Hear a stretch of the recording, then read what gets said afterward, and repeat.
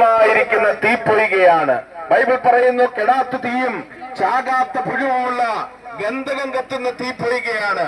അവിടെ കരച്ചിലുണ്ട്, പല്ലുകടിയുണ്ട്, വേദനയുണ്ട്, കൂരിരുട്ടുണ്ട്, നിലവിളിയുണ്ട്. അവിടെ ഗന്ധകം കത്തുന്ന തീപ്പൊയ്കയാണ്. ആ തീപ്പൊയ്കയിലേക്ക് മനുഷ്യവർഗം പോകാതിരിക്കേണ്ടതിനാണ് 2000 വർഷങ്ങൾക്ക് മുമ്പ് നാം ഓരോരുത്തരും അനുഭവിക്കേണ്ട നമ്മുടെ പാപങ്ങളെ ചുമന്നുകൊണ്ട് ക്രൂശിന്മേൽ കയറി നാം നരകത്തിൽ അനുഭവിക്കേണ്ട സകല ശിക്ഷകളെയും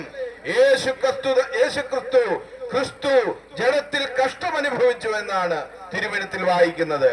അതുകൊണ്ട് പ്രിയപ്പെട്ടവരെ, നിങ്ങൾക്ക് വേണ്ടി രക്തം ചിന്തി മരിച്ച, നിങ്ങൾക്ക് വേണ്ടി മരണം ആസ്വദിച്ച, നിങ്ങളുടെ പാപത്തിന് പരിഹാരം വരുത്തുവാൻ അരിമത്യയില് യോസേപ്പിന്റെ കല്ലറയിൽ അടക്കപ്പെട്ട് ഉയർത്തെഴുന്നേറ്റ് ഇന്ന് സ്വർഗത്തിൽ ജീവിക്കുന്ന കർത്താവായ യേശുക്രിസ്തുവിനെ നിങ്ങളുടെ രക്ഷിതാവും കർത്താവും ദൈവവുമായിട്ട് നിങ്ങൾ ഹൃദയത്തിലേക്ക് സ്വീകരിക്കുന്നുവെങ്കിൽ സൗജന്യമായിട്ട് നിങ്ങൾക്ക് പാപക്ഷമ ലഭിക്കും.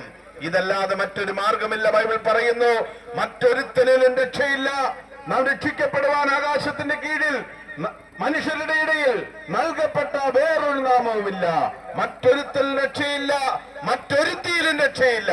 രക്ഷിക്കപ്പെടുവാൻ ദൈവമൊരുക്കിയ ഏക രക്ഷാമാർഗം, രക്ഷാ സന്ദേശം, രക്ഷയുടെ വഴിയാണ്, ജീവന്റെ വഴിയാണ് കർത്താവായ യേശുക്രിസ്തു. അതുകൊണ്ട് വിശ്വസിക്കുന്നവർക്ക് സൗജന്യമായി യേശുക്രിസ്തുവിനെ പരസ്യമായി കാഴ്ചയാക്കിയിരിക്കുന്നു. അതുകൊണ്ട് ഞങ്ങളെ കേട്ട പ്രിയപ്പെട്ടവരെ, ഈ ദൈവപുത്രനായിരിക്കുന്ന യേശുക്രിസ്തുവിനെ നിങ്ങളുടെ ഹൃദയത്തിലേക്ക് രക്ഷിതാവും കർത്താവുമായി സ്വീകരിക്കുക. യേശുവേ, ഞാനൊരു പാപിയാണ്, അങ്ങന്റെ പാപത്തിന് വേണ്ടിയാണ് ക്രൂശിൽ മരിച്ചത് എന്ന് വിശ്വസിക്കുന്നുവെങ്കിൽ സൗജന്യമായിട്ട് നിങ്ങൾക്ക് പാപക്ഷമ ലഭിക്കും. സ്വർഗത്തിലെ ദൈവം നിങ്ങൾക്ക് അതിനായിട്ടുള്ള കൃപ തരട്ടെ. ഒരു വാക്ക് നിങ്ങൾക്ക് വേണ്ടി പ്രാർത്ഥിച്ച് ഇവിടുന്ന് ഞങ്ങൾ മറ്റൊരു സ്ഥലത്തേക്ക് കടന്നു പോകുന്നു. പ്രത്യേകിച്ച് ഞങ്ങൾക്ക് ഈ ഭവനത്തിന്റെ ഈ തണലിൽ പ്രിയപ്പെട്ടവര് സൗകര്യമൊരുക്കി തന്ന പ്രിയപ്പെട്ടവരോടുമുള്ള പ്രിയഭവനത്തിനോടുമുള്ള നന്ദിയും സ്നേഹവും ഞങ്ങൾ ഈ തരുണത്തിൽ അറിയിക്കുന്നു. ദൈവനാമം മഹത്വപ്പെടുമാറാകട്ടെ. ഒരു വാക്ക് നിങ്ങൾക്ക് വേണ്ടി പ്രാർത്ഥിക്കുന്നു. ഞങ്ങളുടെ ദൈവമേ, സ്വർഗീയ നല്ല പിതാവേ, നന്ദിയോടെ ഞങ്ങൾ അങ്ങയെ സ്തുതിക്കുന്നു.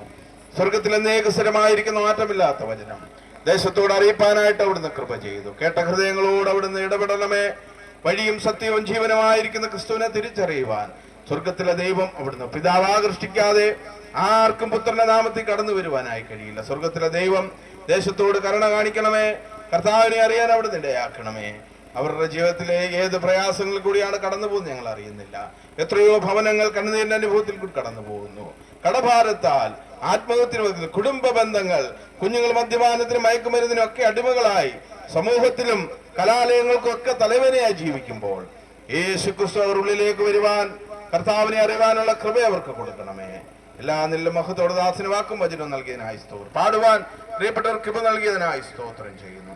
എല്ലാ നിലയിലും മഹത്തോട് എടുക്കണം. യേശു കർത്താവിന്റെ ധന്യമുള്ള നാമത്തിൽ തന്നെ ആമേൻ.